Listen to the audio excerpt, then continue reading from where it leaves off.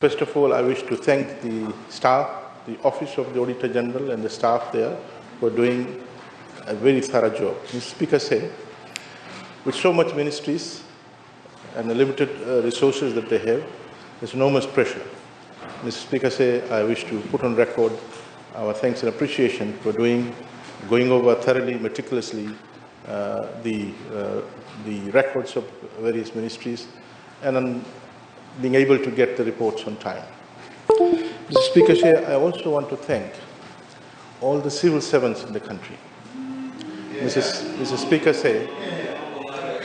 the country has been subjected to a lot of external shocks. Winston, Kenny, Josie, Gita, Yasa, Anna, Mr. Speaker, COVID-19. Every challenge, every shock, Mr. Speaker, they stand up to the challenge.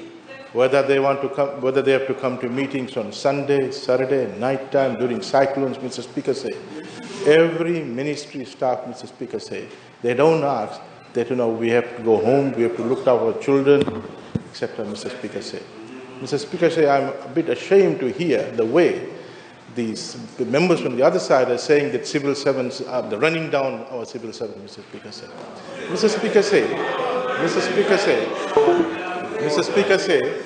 Mr. Speaker, there are one or two staff, there are a few staff who may be abusing the system, Mr. Speaker, and Mr. Speaker, that is why we have internal audits and external audits, Mr. Speaker, to pick up something that we have missed out, Mr. Speaker. There are some smart, elects that in the ministry that may be doing those things, Mr. Speaker. Mr. Speaker, and you have that in private sector too, and we need to identify that as soon as possible so that we fix it and there's no wastage, Mr. Speaker. Mr. Speaker, again on record, on behalf of our government, on this side, I wish to thank the civil servant for doing the extra job. And Mr. Speaker, yes, we will try to assist them in upskilling, upgrading their knowledge, skills, and etc., Mr. Speaker. Mr. Speaker, a note that Honorable Biman Prasad yesterday talked about the size of government. Mr. Speaker, today, Mr. Speaker, he spoke about the size of government. Mr. Speaker, Honorable Biman Prasad didn't say what should be the size of government and what is the benchmark, Mr. Speaker. It's quite disappointing to get that from him. That look, give the guidance. What is it? Mr. Speaker let me give the guidance, Mr. Speaker, and then put into perspective what was the size of government in 2016 and whether it was appropriate or not, Mr. Speaker. Mr. Speaker, if you look at the literature, economic literature, and they talk about that for developing countries, you'll find that the size of government using government expenditure as a percent of GDP to be around 40%. That's the benchmark, Mr. Speaker, for developing countries. And for developed countries, as the country develops, like, plane takes off, then there's an autopilot, then you would expect the size of government to reduce. The size of government, when you measure in terms of government expenditure as GDP, basically means how much of government money to utilize to generate $1 of national income. That's what it means. So how much of government expenditure you would want to spend to generate $1 of national income. So the literature says that you spend, for developing countries, you spend 40 cents to generate every $1 of national income. That's a benchmark. So if you are out of kilter, let's say if the developing country is spending 70 cents to generate $1 of national income, then we need to really look inside. There's some problem, Mr. Speaker. Mr. Speaker, when I computed what was the size of government in 2016 is 37%. Government expenditure GDP. We are within the benchmark, below the benchmark, meaning that we are spending 37 cents to generate $1 of national income. Mr. Speaker, what is the issue then? Mr. Speaker, the next issue, Honorable Prasad, listen, this is my time. Mr. Speaker, the next issue Honorable Prasad talked about, he said, we got government wastage, 10 to 15 to 20%. Mr. Speaker, where is the computation, Mr. Speaker, to show that there is a government wastage of 15%? No. Mr. Speaker, what the Auditor General raises is there may be anomalies in terms of environment, in terms of movement of funds, in terms of unutilized funds, Mr. Speaker say. It is erroneous and misleading to come into Parliament and say that we've got 15% wastage of government resources.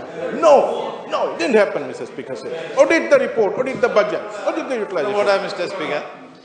This is what you do. You disturb others to speak. Point of order, Mr. Speaker.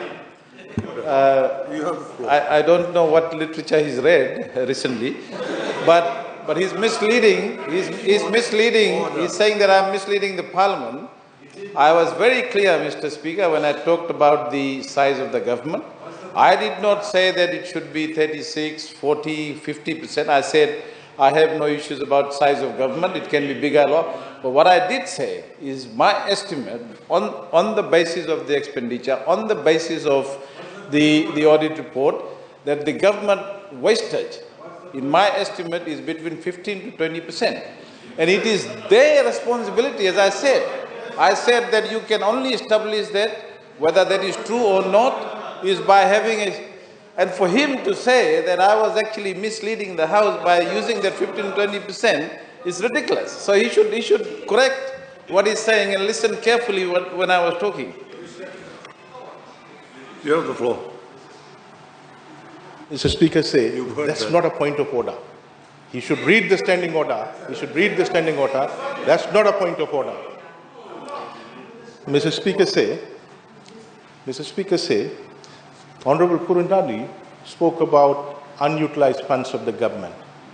Mr. Speaker say, yes, there are years when ministry funds are not fully utilized. It's a budget, Mr. Speaker say. We are given this amount of money and we are given a plan to spend, Mr. Speaker say. And the spending period is 12 months, Mr. Speaker say. So there are years when certain procurements, because of the nature of supplier not within the country, or when you tender out, you don't get anyone tendering for that particular supplier. So there are issues, Mr. Speaker say.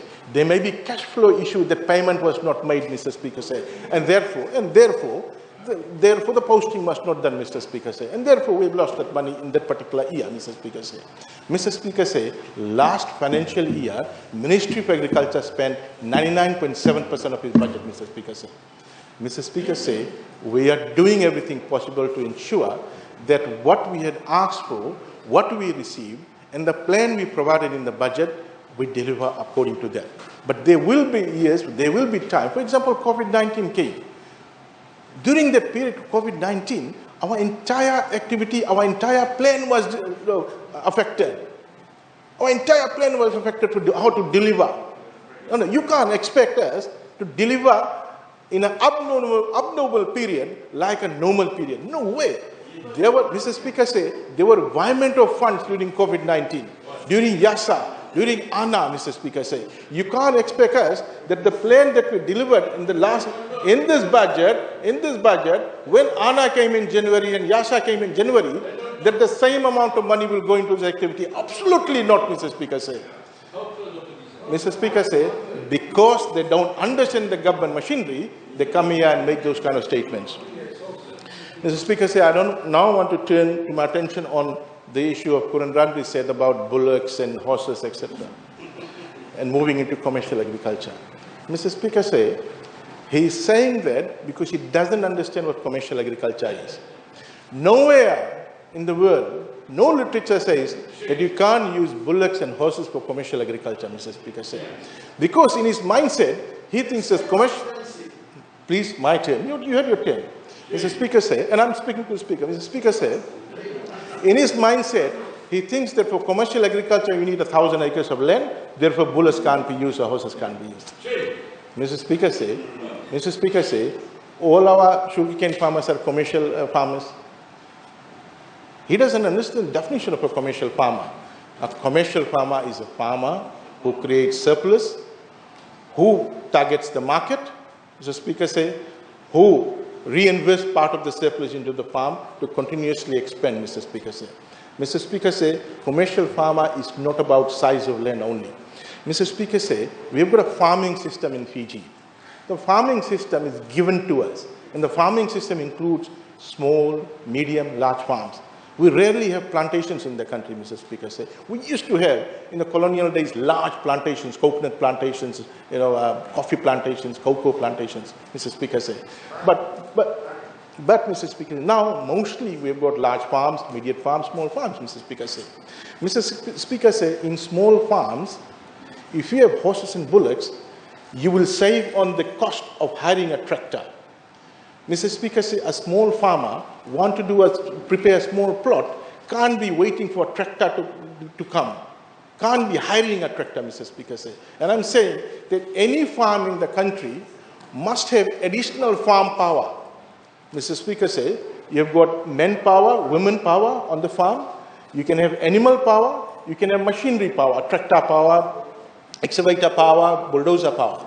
What I'm saying, Mr. Speaker, Mr. Speaker, we've got 80,000 farms in the country. Are we expecting Kurunrandi's suggestion that 80,000 farmers should have a tractor each? Mr. Speaker, what I'm saying is that if you can afford to have a horsepower or animal power on your farm without any cost, Mr. Speaker, you can do small works using the animal power, additional power, Mr. Speaker.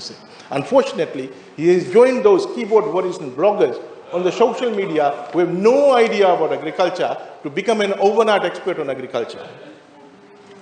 Mr. Speaker, I wish to respond to some of the issues raised in the Auditor General's report on environment. Mr. Speaker, there were two issues raised in the Auditor General's report. One was about the Environment Trust account. Mr. Speaker, the first issue on the Environment Trust account, the Auditor General's office picked up that the trust account was not reconciled. Anyone who understands accounting, Mr. Speaker, will tell you that at the end of the financial year, or regularly, you do a bank rec. Bank rec basically means, Mr. Speaker, that the cash at bank should be reconciled with your postings, the ledger postings. Interestingly, what the Auditor General's office found out, that the cash at bank was more than what you have posted.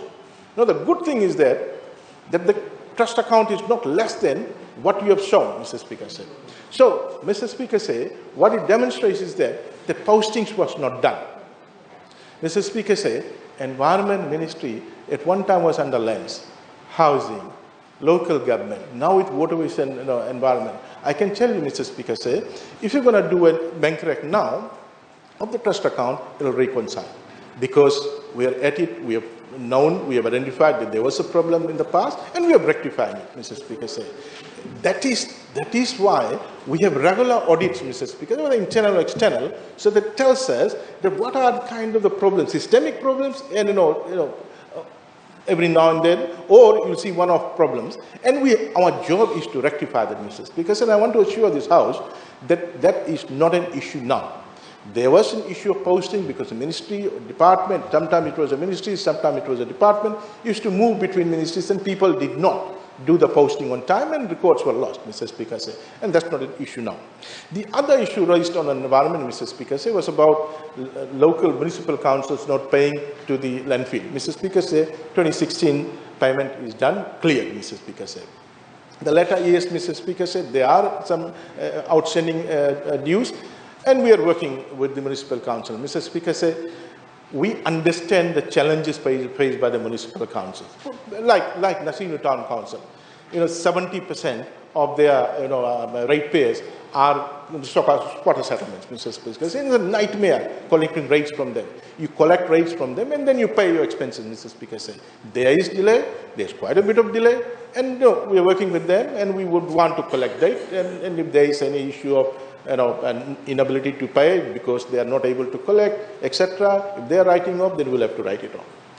Mr. Speaker, I now want to turn to agriculture, the issues raised by the Auditor General's office on annual reports. Yesterday, I think Honourable Kurindani raised the issue of annual reports. Mr. Speaker, for agriculture, I want to tell Mr. Kurindani, Mr. Speaker, that we are targeting to get on record, get annual reports up till 2019 completed by end of this fiscal year. Simple. I understand that annual reports should be done up to date. We'll do it. I don't want to go into the past and say why it was not done away, except that that's a different matter. It's a secondary matter, Mr. Speaker. First, always, in any institution, first you need to deal with the output that we have to deliver. And I'm saying this is the target we have set. Then the next step would be to go back and deal with the people, who, etc., who are not doing the job on time, etc. That's a separate matter, and we'll deal with them, Mr. Speaker. Same thing with Agro-Marketing Authority, Mr. Speaker. I want to tell the House that we have completed from 2010 to 2016, signed off by the board, and we have submitted to Auditor General's office for auditing. Now we're doing the other years for Agro-Marketing Authority, done on it now. Mr. Speaker, there were other issues of purchasing raised by the Auditor General's office. We are dealing with it. We've got a governance team set up with standard operating procedures, Mr. Speaker. We want to see an unqualified report going forward. I've told our finance team, Mr. Speaker, I've told my peers that, look, we need to set up systems, processes, and then monitor the systems and processes to ensure that we are on top of it, and we don't want to be caught up when the Auditor General's report comes, and then we see that there have been abuses, there was breach of financial regulations, Mr. Speaker.